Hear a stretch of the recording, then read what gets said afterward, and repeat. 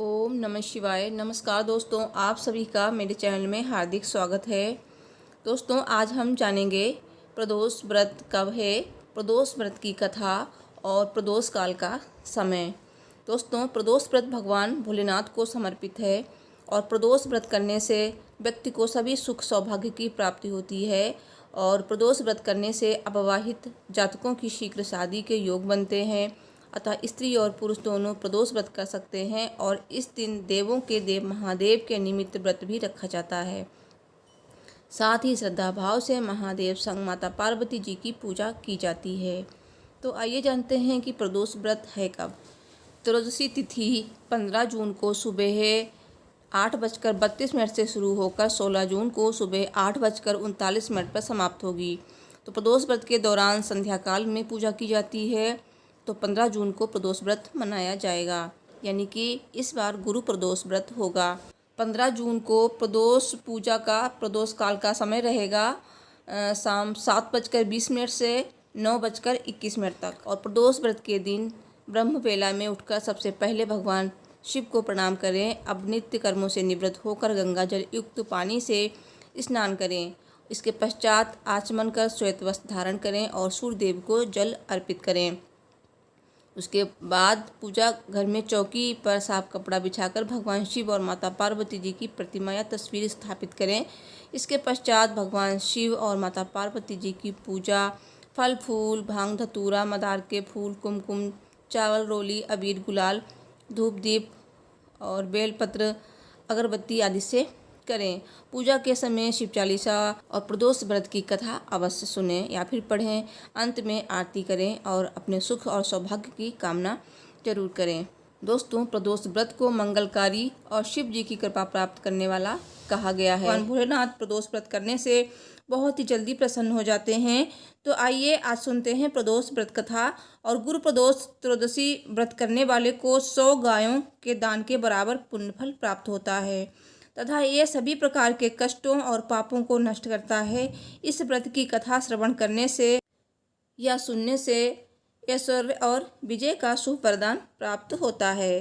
दोस्तों, गुरु प्रदोष व्रत शत्रुओं का विनाश करने वाला भी माना जाता है।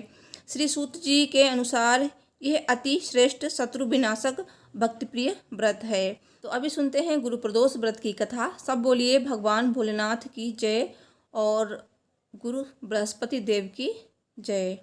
गुरु प्रदोष व्रत की 2 कथाएं हैं, तो उनमें से एक कथा मैं आपको सुनाती हूँ। तो इस व्रत कथा के अनुसार एक बार इंद्र और वृत्तासुर की सेना में घनघोर युद्ध हुआ। देवताओं ने दैत्य सेना को पराजित कर नष्ट भ्रष्ट कर दिया। ये देखकर वृत्तासुर अत्यंत क्रोधित हो स्वयं युद्ध को उद्यत हुआ। आसुरी माया से उसने विकराल रूप धारण कर लिया। सभी देवता भयभीत हो गुरुदेव बृहस्पति की शरण में पहुँचे। बृहस्पति महाराज बोले, पहले मैं तुम्हें वृत्तासुर का वास्तविक परिचय दे दूं।